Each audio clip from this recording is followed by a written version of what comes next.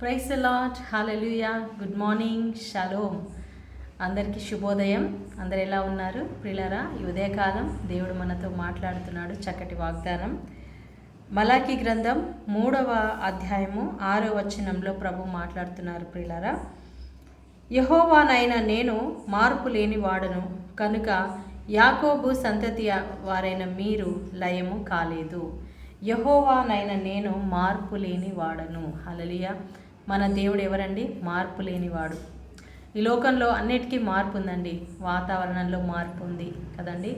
సూర్యునిలో చంద్రుడిలో మార్పు ఉంది, వర్షంలో చలిలో మార్పు ఉంది, మనుషుల్లో మార్పు ఉంది, తల్లిదండ్రుల్లో మార్పు ఉంది, భార్య భర్తలో మార్పు ఉంది, అందరి ప్రేమలో మార్పు ఉంది, బిజినెస్లో మార్పు ఉంది, జాబ్స్లో మార్పు ఉంది, ప్రతి దాంట్లో మార్పు ఉంది. కానీ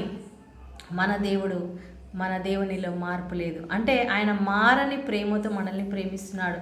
మనం మారిపోవచ్చు, మన ప్రేమలో మార్పు రావచ్చు, మన నమ్మకంలో మార్పు రావచ్చు, మన విశ్వాసంలో కొన్నిసార్లు మన విశ్వాసం ఎక్కువ అవుతుంది, తక్కువ అవుతుంది. కానీ దేవుడు మాత్రం ఆయన నమ్మతగిన వాడు.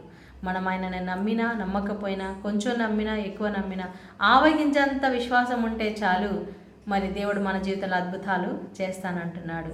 అలాంటి గొప్ప దేవుడు మనల్ని నిరంతరమైన ప్రేమిస్తున్నాడు. ఆయన మనల్ని క్షమిస్తున్నాడు. కాబట్టే మనము యాకోబు సంతతి అంటే దేవుని బిడ్డలము, ఇజ్రాయేలు ఆత్మీయ సంతానమైన ఇజ్రాయేలు ప్రజల మనము నశించిపోకుండా ఇంకా ఉన్నామంటే కారణం ఏంటండి? దేవుని యొక్క ప్రేమ, దేవుని యొక్క క్షమాగుణం. ఆయన మార్పు లేని ప్రేమ, మార్పు లేని క్షమాగుణం, మార్పు లేని కరుణ, దయ వలన మాత్రమే, ఆయన కృప వలన మాత్రమే ఈరోజు మనం అందరం సజీవంగా ఉన్నాం. కాబట్టి ఆ మార్పు లేని దేవుణ్ణి ఆరాధిస్తున్న మనం కూడా మారని ప్రేమతో ఆ ప్రభుని ప్రేమించడానికి ప్రయత్నిస్తాం, ఆ దేవుని స్తుతిస్తాం. దేవుడి వాక్యం దీవించిన గాక.